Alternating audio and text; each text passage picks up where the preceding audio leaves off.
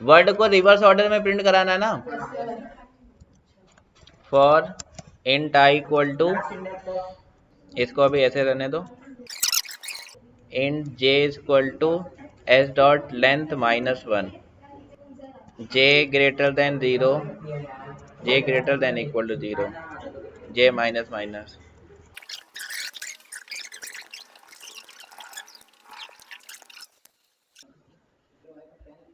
देख लो इधर आउटपुट, ठीक है, समझो। अब इधर आई की value 0, S dot length 3 3 6, condition true, increment होना नहीं, ब्लॉक के अंदर आ गए।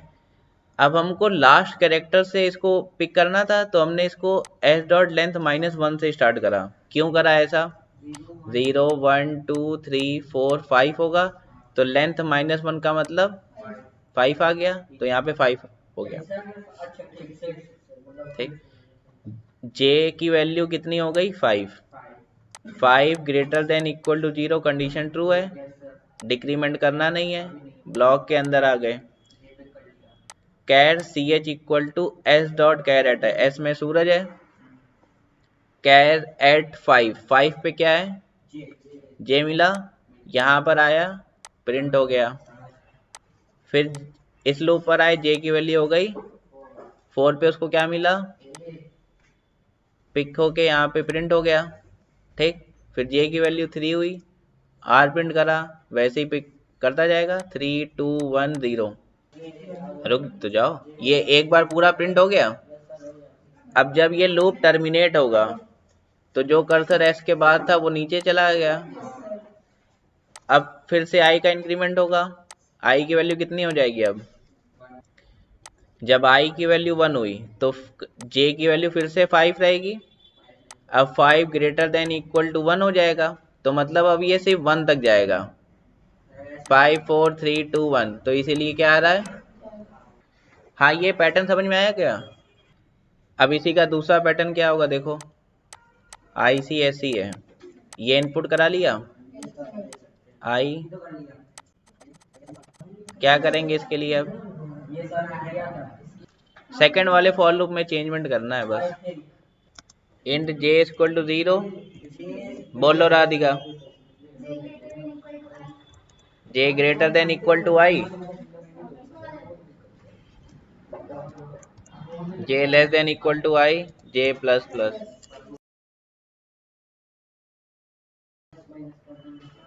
तो 0 लेस देन 5, कंडीशन ट्रू, फिर ऊपर आएगा आई की वैल्यू -1 हो जाएगी, इन्फिनिटी तक चले जाएंगे हम लोग। ये वर्ड हमने इनपुट करा लिया, पैटर्न क्या क्या हो सकते हैं देख लो।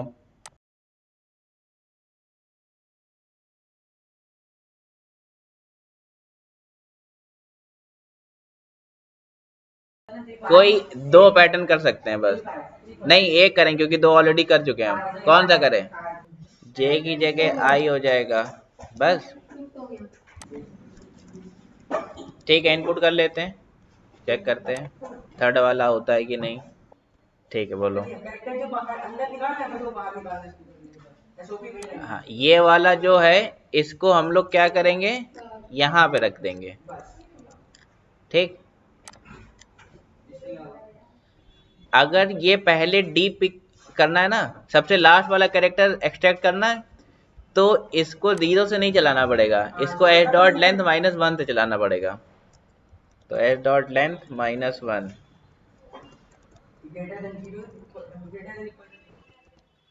इक्वल टू लगेगा, क्योंकि हमको 0 तक जाना है, क्योंकि इंडेक्सिंग 0 से स्टार्ट होती, तो 0 तक जाएंगे। हाँ, यहाँ पे कोई चेंजमेंट तो करने नहीं है। जे की वैल्यू 0, कंडीशन ट्रू, ये सही लग रहा है, रन कर लेते हैं, समझो ध्यान से। फिर अब s equal to WORD, indexing कर लेते हैं, 0 1 2 3। आई की वैल्यू क्या हो जाएगी, बोलो? कंडीशन ट्रू, इंक्री डिक्रीमेंट होना नहीं, ब्लॉक के अंदर आए। एस डॉट कैरेट 3 पे क्या मिला उसको? कैप अल्फ़ाबेट डी मिला, सी एच में गया, अब यहाँ पे आ गए। जे की value 0, 0 less than equal to 3, condition true, increment फिर नहीं होना, ब्लॉक के अंदर आए, तो एक बार प्रिंट कर दिया। जे की वैल्यू 1 हुई, अभी भी ये कंडीशन ट्रू है, फिर प्रिंट कर दिया, 2 पे प्रिंट कर देगा, 3 पे भी प्रिंट कर देगा। अब फॉल्स हुआ जब जे की वैल्यू कितनी हुई 4, फॉल्स हो गया। फॉल्स होने के बाद जो कर्सर यहाँ तक कहाँ चला गया, अब यहाँ पे गए, आई की वैल्यू 2 हो जाएगी, 2 पे उसको आर पिक करेगा, जो 0 1 2 तक चलेगा तो 3 बार आर आ जाएगा, ठीक, फिर कर्सर नीचे लाएगा, खत्म। हमने यहाँ पे लिख दिया s dot caret 0 plus s dot caret 1, यहाँ पे वैल्यू, यहाँ पे ए बी सी डी ले लेते हैं, ठीक है। तो एस का ही कैरेक्टर मिल गए ना एक साथ। तुम बताया यही है कि अगर एस कोई भी कैरेक्टर लिखा, लेफ्ट या राइट उसके मिल रहा है एस्काई वैल्यू या इंटीजर वैल्यू, तो वो हमेशा ऐड करी जाएंगी। तुम्हारे सामने है, अगर हम यहाँ पे देख लो, इधर यहाँ पे डबल कोट्स लगा देंगे ऐसे, अब पहले उसको क्या मिल गया, यहाँ पे एक कैरेक्टर मिल रहा है ना यहाँ पे, ठीक, स्ट्रिंग, फिर 2 कैरेक्टर, ये तो आपस में ऐड हो ही नहीं सकते, तब कॉन्कैटिनेशन होगा। ये डिफरेंस है, बहुत गलतियां करते हैं लोग, इतने एग्जाम्पल इसलिए करा रखे हैं इसके कि गलती से भी मिस्टेक ना हो।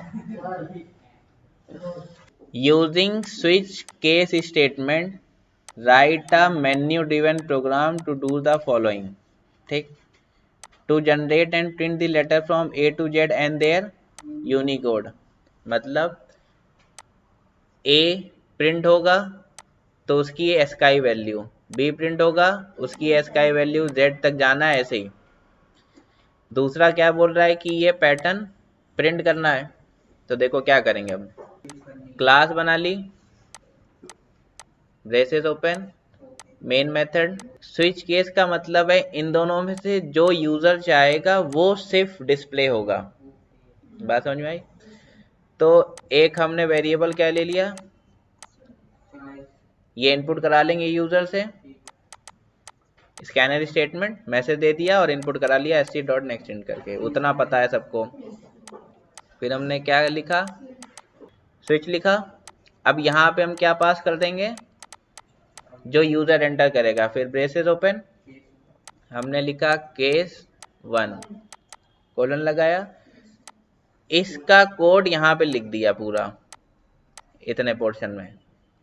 फिर कीवर्ड क्या यूज कर लेंगे हम लोग, फिर अब याद आने लग गया, फिर केस 2 लिखा, फिर इसका कोड लिख देंगे, फिर क्या लिख देंगे, फिर क्या लिखते हैं, default SOP, very good Jonty.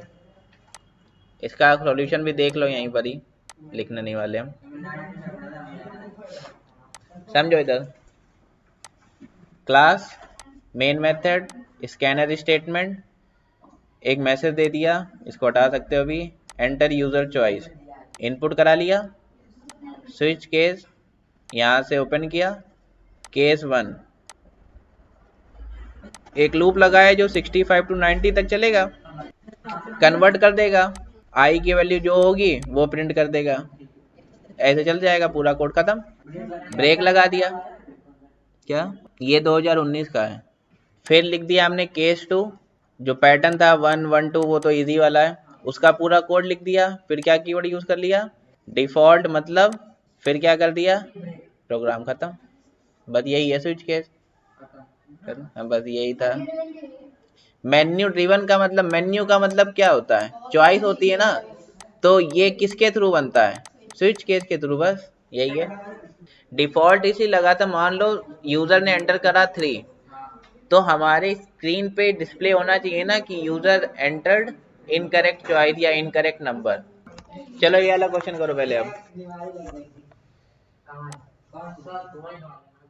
हाँ हाँ, कुछ दूसरा ही क्वेश्चन दे रहे हैं। हाँ,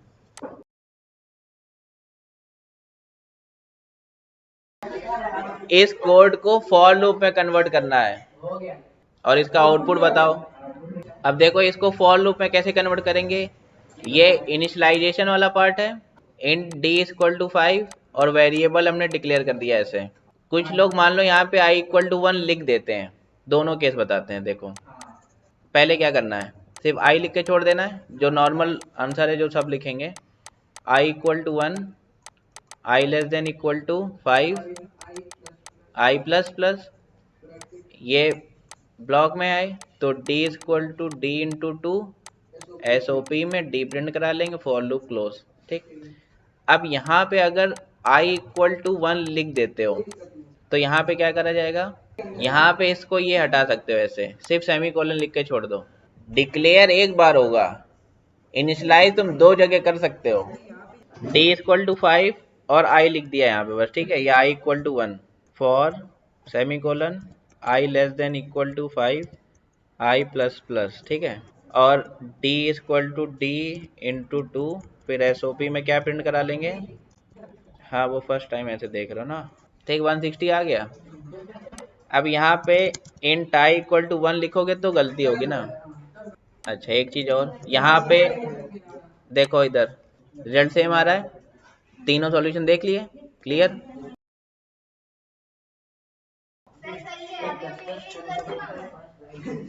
हाँ ये वाला क्वेश्चन देखो क्या है, इस स्टेटमेंट से कैरेक्टर इनपुट होगा sc dot next dot caret 0, 0 indexing, मतलब सिर्फ एक ही कैरेक्टर होगा तो वो 0 पे ही होगा ऑलरेडी। पहला फंक्शन क्या लगाया, कैरेक्टर लिखा हमने, ये फंक्शन है कंप्लीट, कैरेक्टर इज लेटर, और लेटर में क्या पास कर दिया हमने, जो यूजर से इनपुट कराया। अगर ये कंडीशन ट्रू होती है तो इसके ब्लॉक में आएंगे, वरना ch में हमने यूजर से इनपुट करा लिया।